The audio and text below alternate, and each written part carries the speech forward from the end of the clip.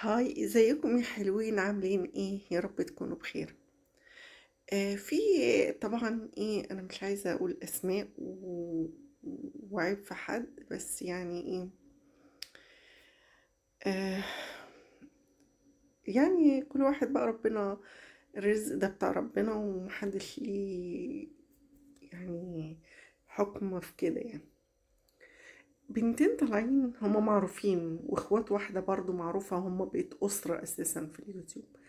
فطالعين ايه، بيحكوا عن ان واحدة منهم دايما حاجتها ضايعة ودايما مش مهتمية، لدرجة عباية اخواتهم يعني رميها كده على الكومودينو، بيمسحوا فيها ايه، بيمسحوا فيها ايديها ب1000 جنيه.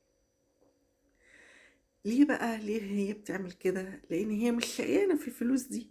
هي لو هي تعبانة في الفلوس دي، بس بقى يا حلوين، فانا بقول لكم هي لو تعبانه في الفلوس دي، فهي طبعا اكيد هتهتم بكل حاجه.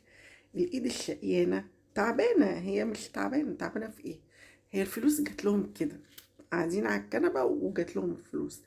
تيجي كده زي ما انا كده فتحت الكاميرا وطلعت، فهم بقى بسم الله ما شاء الله مشاهدات، وكلنا عارفين بقى مين هم الناس دي. فما تعبوش في الفلوس، واحنا كنا عارفين ايه حقيقتهم قبل، ودلوقتي هم بيقوا ايه، ركبوا العربيات وفتحوا المطاعم والله هم لا حسد، انا ما بحسدش يعني. فكل واحد بياخد ايه رزقه واللي ربنا كاتبه له. بس يعني ما تطلعوش تحكوا ان هي مهملة، هي ما تعبتش في الفلوس بس، ده كل الحكاية، انها ما تعبتش بس في الفلوس. هي لو كانت شقت في الفلوس وجابتها بصعوبة، ما كانتش عملت اللي انتوا طالعين بتفتخروا بيه ده. خلاص بقى، انا قلت الكلمتين اللي محشورين في زوري، طبعا دايما زوري فيه كده واقف كلمتين.